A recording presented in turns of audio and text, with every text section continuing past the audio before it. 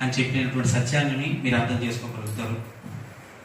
ధ్యానం చేయడం ద్వారా శరీరం ఎందుకు బాగుపడుతుందంటే, ఈ విశ్వం అంతా కూడా నిత్యం అనంతమైనటువంటి విశ్వశక్తి, ప్రాణశక్తి, కాస్మిక్ ఎనర్జీ అంటారన్నమాట. అంతా వ్యాపించి ఉంది, ఇప్పుడు కూడా ఉంది, ఇదంతా కూడా శక్తి ఉంది.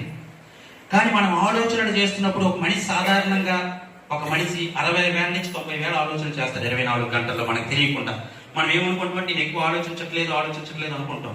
మనకు తెలియకుండానే మన మనసు ఏంటంటే అనేక రకాల ఆలోచన చేస్తుంటుంది. ఒక్క రోజుకి 24 గంటల్లో ఒక సాధారణ మానవుడు చేసినటువంటి ఆలోచనలు 60,000 నుంచి 90,000 ఆలోచనలు చేసుకుంటాడంట. నమస్తే మేడం. మరి ఇన్ని ఆలోచనలు చేస్తున్నప్పుడు ఏదైతే మనం ఆలోచన చేస్తున్నాం, విశ్వమయ ప్రాణశక్తి అనేది మన శరీరంలోకి ఎలా వస్తుందంటే ఈ బ్రహ్మరంధ్రం ద్వారా మనకు వస్తుంది లోపలికి. మనందరికీ బ్రహ్మరంధ్రం ఉంటుంది.